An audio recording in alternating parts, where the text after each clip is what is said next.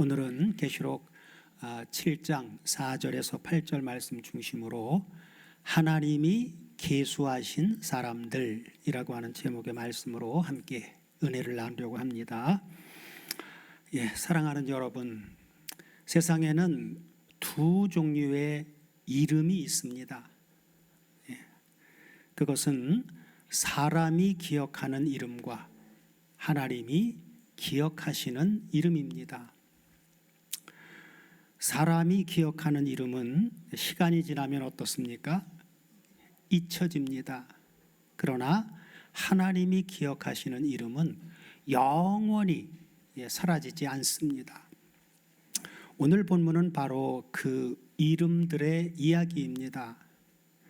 계시록은 하나님께서 그 이름을 기억하시는 자를 몇 명으로 말씀해 주고 있죠. 오늘 읽은 본문처럼 바로 7장 4절 본문 다 같이 한번 봉독해 보겠습니다. 내가 인맞은 자의 수를 들으니 이스라엘 자손의 각 지파 중에서 인맞은 자들이 14만 4천이니 하고 말씀하죠. 그래서 바로 14만 4천이라고 말씀해 주고 있습니다. 자, 여기서 우리가 반드시 확인해야 될 원문은 내가 인맞은 자의 수를 들으니에서 수를 들으니 라고 하는 부분입니다. 원문을 보면 헬라어로 에쿠사 톤 아리뜨몬이라고 나옵니다. 에쿠사 톤 아리뜨몬. 요한은 그 수를 보았다 하고 말하지를 않고 뭐라고요? 그 수를 들으니 들었다라고 말씀합니다. 요한계시록은 중요한 패턴이 있습니다. 그것은 제일 먼저 들음, 그 다음에 봄, 그 다음에 숫자, 그리고 실체, 그리고 그 실체에 대한 설명, 그리고 성취, 그리고 약속, 그 다음에 성취된 모습입니다.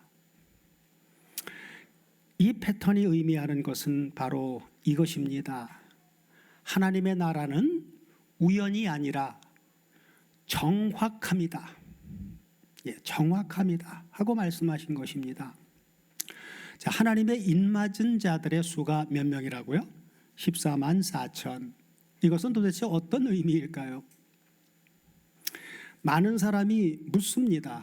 14만 4천은 실제 숫자인가 아니면 상징적인 수인가 하고 묻지요. 자, 성경의 구조를 보면 이것은 단순한 통계가 아니라 성경은 언약의 책이죠. 그렇기 때문에 언약 숫자입니다. 하나님의 언약의 숫자. 자, 14만 4천은 12 곱하기 1000입니다. 성경이 말씀하는 이 숫자들의 의미는, 자, 숫자 12는 뭘 상징해 주고 있느냐? 하나님의 백성을 상징해 주고 있습니다. 그래서 구약의 하나님의 백성이 12지파죠. 신약에는 12사도. 그리고 12 곱하기 12는 완전한 공동체를 의미합니다. 12 곱하기 12는 완전한 공동체. 그리스도를 머리로 한 완전한 그리스도의 몸된 공동체, 그것을 의미해 주고 있고, 그 다음에 곱하기 1000은 충만함을 의미합니다. 충만함. 그러므로 그 의미는 바로 이것입니다. 하나님이 구원하기로 작정하신 자는 단 한 명도 빠지지 않는다라고 하는 것을 의미해 주고 있습니다. 자, 오늘 본문에는 몇 지파의 이름이 나열되어져 나옵니까? 12지파죠. 자, 5절 이하 다 같이 다시 한번 쭉 보시면 유다 지파 중에 인맞은 자가 1만 2천이요. 그 다음에 루벤 지파 중에 1만 2천이요. 갓 지파 중에 1만 2천이요. 아셀 지파 중에 1만 2천이요. 납달리 지파 중에 1만 2천이요. 므낫세 지파 중에 1만 2천이요. 시므온 지파 중에 1만 2천이요, 레위 지파 중에 1만 2천이요, 그리고 이사갈 지파 중에 1만 2천이요, 스불론 지파 중에 1만 2천이요, 요셉 지파 중에 1만 2천이요, 베냐민 지파 중에 인맞은 자가 1만 2천이라 하고 말씀해 주고 있죠. 그래서 12지파의 이름이 나열이 됩니다. 자, 그런데 구약 지파 명단과 오늘 계시록 본문에 기록되어진 명단을 비교해 보면 이 명단은 이상합니다. 자, 창세기 19장에 출생순이 아니지만 야곱이 축복한 12아들의 이름을 보면 제일 먼저 레아의 아들들이 6명이 제일 먼저 등장을 합니다. 그래서 루벤, 시므온, 레위, 유다, 스불론, 이사갈. 그리고 두 번째로는 라헬의 여종 비라의 아들이 등장합니다. 두 사람, 단하고 납달리. 그리고 이제 레아의 여종 실바의 아들 갓과 아셀. 그리고 제일 마지막으로 라헬의 아들 요셉과 베냐민 순으로 야곱이 마지막 축복을 해주는 이름의 순서가 그렇게 나열되어져 있습니다. 자, 그리고 출애굽 이후에 우리가 보면 광야에서 성막을 주셨을 때 성막 중심으로 동서남북으로 12지파가 배치되죠. 동쪽은 유다, 이사갈, 스불론, 그리고 남쪽은 루벤, 시므온, 갓, 그리고 서쪽은 에브라임, 므낫세, 베냐민, 그리고 북쪽은 단, 아셀, 납달리.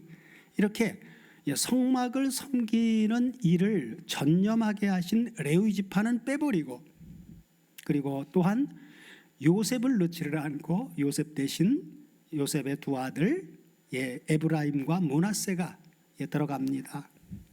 자, 이것을 오늘 본문과 비교해 보면 차이점이 있습니다. 첫 번째 차이점은 무엇이냐면 이 계시록의 12지파의 이름 가운데서는 단지파가 빠져버립니다. 자, 단지파가 왜 빠졌는지 알아야 되겠죠. 그죠? 자, 구약지파 목록에 항상 들어가던 단지파 왜 빠졌을까요? 자, 사사기 18장 30절을 같이 보시면 사사기 18장 30절 다 같이 한번 봉독해 보겠습니다. 자, 단 자손이 자기를 위하여 그 새긴 신상을 세웠고 모세의 손자 게르손의 아들 요나단과 그 자손은 단 지파의 제사장이 되어 이 백성이 사로잡히는 날까지 이르렀더라. 그러면서 다음 절 보면 하나님의 집이 실로에 있을 동안에 미가의 지은 바 새긴 신상이 어디에요? 단 자손에게 있었더라 하고 말씀해 주는데, 이 말씀을 근거로 단지파는 구약에서 우상 숭배와 연결되어지는 이 사건이 있었기 때문에 신약 시대의 많은 교부들이 이것을 배교에 대한 경고의 상징으로 이해하기도 했습니다. 그러므로 메시지는 분명하죠. 바로 그것은 혈통이 아니라 믿음이 기준이다라고 하는 것입니다. 혈통이 아니라 믿음이 기준이다. 자, 둘째는 새롭게 요셉 지파가 등장한 것입니다. 자, 구약 지파 명단에서는 보통 요셉의 두 아들인 에브라임과 므낫세가 각각 한 지파로 계산이 됩니다. 그래서 많은 지파 목록에서는 요셉이라고 하는 이름 대신 에브라임과 므낫세가 등장합니다. 그런데 오늘 본문에는 특이하게도 누구도 빠졌어요? 에브라임이라고 하는 이름이 빠지고 그 대신 요셉이라고 하는 이름이 들어가 있습니다. 자, 왜 이런 변화가 나타났을까요? 성경은 그 이유를 직접적으로 설명하지는 않지만 구약 역사 속에서 에브라임은 북이스라엘을 대표하는 지파로서 우상 숭배와 연결되는 모습이 반복적으로 나타납니다. 그래서 많은 성경학자들은 요한계시록 7장에서 에브라임의 이름이 빠지고 요셉의 이름이 등장한 것을 우상과 타협했던 역사의 이름 대신 언약의 이름을 사용한 상징적인 표현으로 이해하기도 합니다. 특히 호세아서에서는 에브라임을 반복해서 언급하면서 이렇게 말씀해 주고 있는데, 자, 호세아서 4장 17절을 다 같이 한번 보겠습니다. 호세아서 4장 17절을 보시면, 자, 같이 한번 봉독해 보시면, 에브라임이 우상과 연합하였으니 버려두라 하고 말씀하고 있죠. 에브라임이 우상과 연합했다. 그대로 버려두라는 거예요. 자, 또한 북이스라엘의 초대 왕 여로보암이 백성들이 예루살렘 성전에 올라가지 못하도록 하기 위해서 베델과 단에다가 금송아지를 세웠을 때, 열왕기상 12장을 보게 되어지면 그 중심 지역이 바로 어느 지역이냐? 에브라임 지역이었습니다. 그래서 많은 성경학자들은 요한계시록 7장에서 에브라임의 이름이 빠지고 요셉의 이름이 들어간 것을 타락한 역사의 이름을 그대로 사용하기보다는 하나님께서 정결하게 하신 새 공동체를 상징적으로 보여주는 표현으로 이해하기도 합니다. 다시 말하면 이 명단은, 계시록에 나와 있는 이 명단은 단순한 혈통 목록이 아니라 우상과 타협하지 않은 하나님의 백성 공동체를 상징적으로 보여주시는 그런 명단이라고 하는 것입니다. 그러므로 이 명단이 우리에게 주는 메시지는 아주 분명합니다. 그것은 바로 하나님은 실패의 역사가 아니라 언약을 기억하신다라고 하는 것입니다. 자, 그 다음에 셋째는 유다 지파가 맨 앞에 있다는 것입니다. 장자 루벤이 아니라 유다가 첫 번째이죠. 그 이유는 단 하나입니다. 야곱이 12지파를 축복할 때 창세기 49장 10절을 보면 이렇게 축복을 했죠. 12지파 중에 유다를 축복할 때, 자, 다 같이 한번 봉독해 보겠습니다. 홀이 유다를 떠나지 아니하며 치리자의 지팡이가 그 발 사이에서 떠나지 아니하시기를 실로가 오시기까지 미치리니 그에게 모든 백성이 복종하리로다 하신, 구약에서 바로 이것은 왕권을 가진 메시아 언약의 씨앗인 야곱의 축복 예언이죠. 이 예언이 어떻게 실현이 됩니까? 유다 지파에서 왕권을 가진 메시아의 예표의 사람이 등장하는데 그가 바로 누구예요? 다윗이죠. 다윗. 자, 그래서 사무엘하 7장 12절 이하를 보면 하나님께서 예수 그리스도의 왕적 권세를 가진 메시아의 예표자인 이 다윗에게 이렇게 말씀해 주고 있죠. 자, 내 수완이 차서 내 조상들과 함께 잘 때에 내가 다윗 내 몸에서 날 자식을 내 뒤에 세워 그 나라를 견고케 하리라. 그러면서 저는 내 이름을 위하여 집을 건축할 것이요 나는 그 나라 위를 영원히 견고케 하리라. 그러면서 이어서 보면 나는 그에게 아비가 되고 그는 내 아들이 되리니 저가 만일 죄를 범하면 내가 인생 막대기, 사람 막대기와 인생 채찍으로 징계하려니와 내가 네 앞에서 패한 사울에게서 내 은총을 빼앗은 것 같이 그에게서는 빼앗지 아니하리라. 그러면서 내 집과 내 나라가 내 앞에서 영원히 보존되고 내 위가 영원히 견고하리라 하셨다 하라 하고 말씀해 주고 있죠. 그래서 바로 다윗에게 공식적으로 주신 이 메시아 언약대로 누가요? 메시아의 실상인 메시아 예수께서 바로 어디에서요? 유다 지파에서 나왔기 때문이지요. 그래서 유다를 제일 앞에 넣은 것이지요. 자, 그래서 히브리서 기자도 히브리서 7장 14절을 보면 예수 그리스도를 이렇게 말해줍니다. 자, 우리 주께서 유다로 쫓아나신 것이 분명하도다 하고 말해주고 있지요.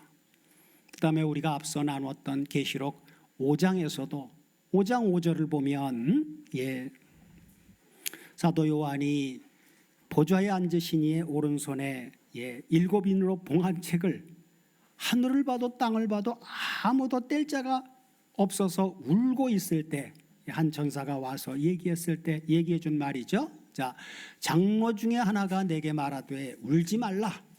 유대 지파의 사자 다윗의 뿌리가 이기었으니 이 책과 그 7인을 떼시리라 하더라 하고 말씀해 주고 있죠.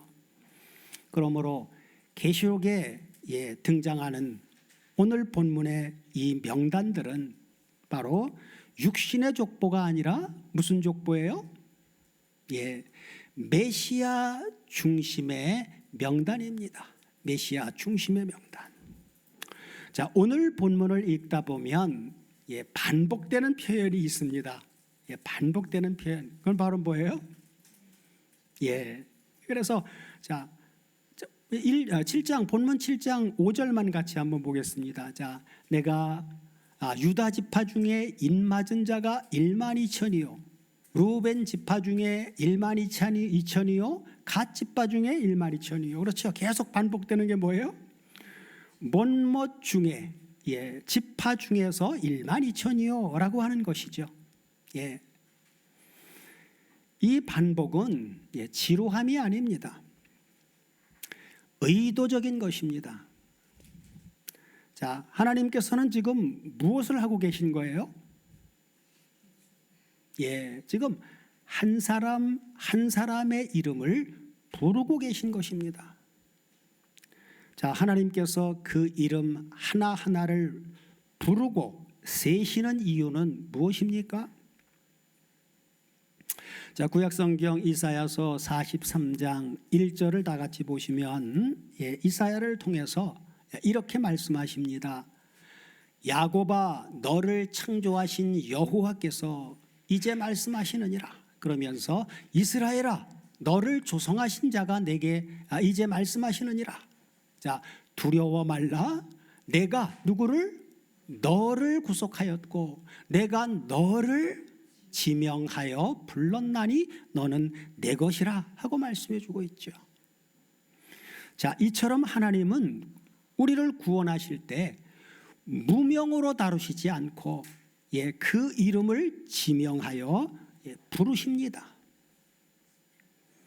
자, 우리가 구약 성경에 보면 모세를 부를 때 어떻게 하셨어요?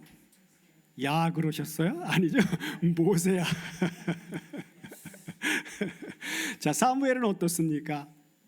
어려서부터 바로 제사장으로서 그 어려서부터 그 성막 아래서 이렇게 자랄 때 어느 정도 컸을 때 하나님이 부르시죠.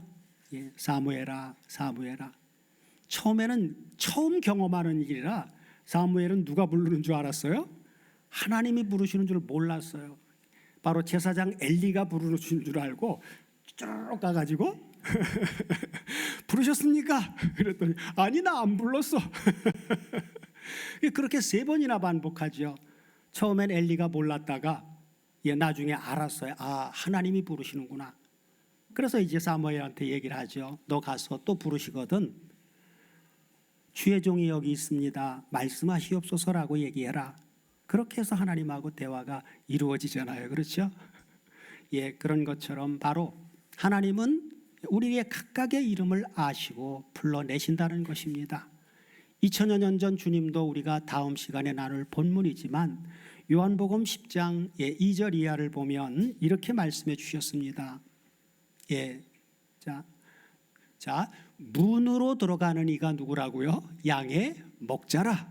자, 문지기는 그를 위하여 문을 열고 양들은 그의 음성을 듣나니 그가 양의 목자인 그가 자기 양들의 이름을 각각 불러 인도하여 내느니라 하고 말씀해 주고 있습니다. 그죠? 각각 인도해 내신다.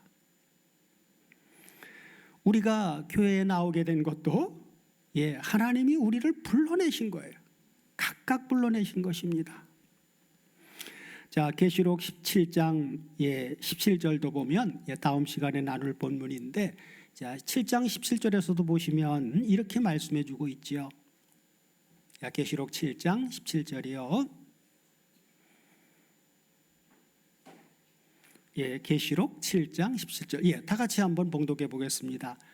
이는 보좌 가운데 계신 어린 양이 저희의 목자가 되사 생명수 샘으로 인도하시고 하나님께서 저희의 눈에서 모든 눈물을 씻어 주실 것임이니라 하고 말씀해 주고 있죠.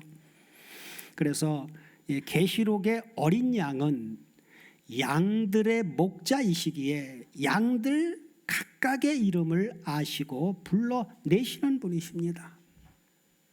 시편 기자도 시편 147편 4절을 보면 하나님을 이렇게도 말씀해 주고 있죠. 저가 별의 수요를 계수하시고 저희를 다 이름대로 부르시는도다 하고 말씀합니다. 세상은 뭘 봅니까? 세상은 군중을 봅니다. 그러나 하나님은 우리를 무리로 부르시지를 않습니다. 그러면 뭘로 불러요? 이름으로 부르십니다. 이름으로. 그리고 그분은 정확히 세십니다. 자, 14만 4천이 문자적인지 또 상징적인 수인가 라고 하는 이런 것을 논쟁하는 것보다 더 중요한 것은 바로 이것입니다. 그것은 무엇일까요? 하나님이 세신 사람은 단 한 명도 잃어버리지 않으신다라고 하는 사실입니다. 별의 수요를 세시는 하나님은 자기 백성을 결단코 잊지 않으십니다. 한 사람도 빠지지 않습니다. 여기서 중요한 것은 숫자가 아니라 뭐예요? 하나님의 인입니다. 인치심은 소유와 보호를 의미합니다. 하나님이 인치신 사람은 하나님이 책임지십니다. 이것이 바로 인치심을 받은 공동체에게 주시는 하나님의 위로입니다. 자, 오늘 본문의 구속사적 의미는 무엇입니까? 여기 나와 있는 이 14만 4천은 단순한 유대인 목록이 아닙니다. 이것은 구속사가 완성된 하나님 백성의 상징입니다. 구속사가 완성된 하나님 백성의 상징. 그래서 오늘 본문 바로 다음 절에서 요한은 아무라도 능히 셀 수 없는 큰 무리를 보게 되는데 많은 학자들은 이것을 14만 4천의 다른 시각적 설명으로 이해합니다. 자, 구약은 모형이기 때문에 혈통적인 이스라엘을, 그러나 신약은 그리스도의 피로 값주고 사신 교회를 말씀해 주고 있습니다. 종말에는 완성된 하나님의 백성만을 하나님께서는 기억하십니다. 그러므로 이 숫자는 하나님의 백성 전체를 의미해 주고 있습니다. 오늘 본문이 오늘의 우리에게 주는 가장 큰 위로는 이것입니다. 하나님은 자기 사람을 정확하게 알고 계신다 하는 것입니다. 우리는 종종 묻습니다. 하나님이 나를 아실까 하고요. 그러나 오늘 본문은 분명하게 말씀하십니다. 내 이름도 내가 알고 지파도 알고 숫자도 안다 하고 말입니다. 우리 아버지 하나님은 막연히 아시는 분이 아니라 정확하게 아시는 분입니다. 사랑하는 여러분, 오늘 본문은 미래의 예언이 아니라 오늘 현재의 정체성 선언입니다. 오늘 본문을 우리에게 적용할 차례입니다. 오늘 본문은 주님과 연합된 우리에게 어떻게 적용이 됩니까? 자, 첫째는 나는 이름이 기록된 사람인가 하는 것입니다. 나는 이름이 기록된 사람인가? 성경의 핵심 질문은 내 이름이 하늘에 있는가 하는 이것입니다. 세상 명부는 중요하지 않습니다. 하늘 명부가 중요합니다. 우리 시민권은 어디 있다고요? 자, 둘째는 나는 빠질 수도 있는가? 하나님의 그 명부에서 나는 빠질 수도 있는가 하는 것입니다. 자, 구원받은 자가 가장 많이 묻는 질문은 혹시 탈락하면 어떡하지? 하는 것입니다. 그러나 오늘 본문은 분명하게 대답하는데 그것은 바로 하나님이 세셨으면 결단코 빠지지 않는다라고 하는 것입니다. 세상 명부는 중요하지 않죠. 하늘 명부가 중요합니다. 그리고 그 명부에 하나님이 세시고 기록하셨다면 결단코 빠지지 않는다. 자, 그 다음에 셋째는 나는 하나님이 아시는 사람인가 하는 것입니다. 신앙의 본질은 바로 이것입니다. 내가 하나님을 아는가 하는 이것보다 더 중요한 것은 바로 뭐예요? 하나님이 나를 아시는가 하는 것입니다. 내가 하나님을 아는가 보다 하나님이 나를 아시는가가 더 중요한 신앙의 본질이다, 그것입니다. 세상은 묻습니다. 아까도 누가 그러더라고요. 너는 누구냐 하고요. 그러나 하나님은 이렇게 우리에게 물으십니다. 너는 내 것이냐? 너는 정말 내 것이냐? 하고 말입니다. 세상은 숫자를 봅니다. 그러나 하나님은 이름을 보십니다. 세상은 성공을 봅니다. 그러나 하나님은 소속을 봅니다. 사랑하는 여러분, 혹시 세상 속에서 작아 보이십니까? 그러나 기억하십시오. 하나님 책에는 나의 이름이 아주 크게 기록되어 있습니다. 혹시 아무도 나를 몰라준다고 느끼지는 않습니까? 하나님은 나를 번호가 아니라 이름으로 부르십니다. 혹시 흔들리고 있지는 않습니까? 하나님이 세신 사람은 결단코 잃어버리지 않으십니다. 그러나 세상은 어때요? 우리의 이름을 금방 잊어버립니다. 그러니 세상이 기억하지 않아도 괜찮습니다. 사람이 몰라도 괜찮습니다. 우리는 단 하나면 충분합니다. 그것은 바로 뭡니까? 하나님이 아시면, 그렇죠? 하나님이 나를 아시면 충분합니다. 혹시 세상 명단에서 지워진 적이 있습니까? 그러나 하늘 명단에서는 결단코 지워지지 않습니다. 사랑하는 여러분, 세상은 사람을 숫자로 세지만 하나님은 자기 백성을 하나도 빠짐없이 계수하시는 분이십니다. 요한이 본 하늘의 환상 속에서 하나님은 당신의 백성을 정확하게 세시고 그들의 이마에 하나님의 인을 치셨습니다.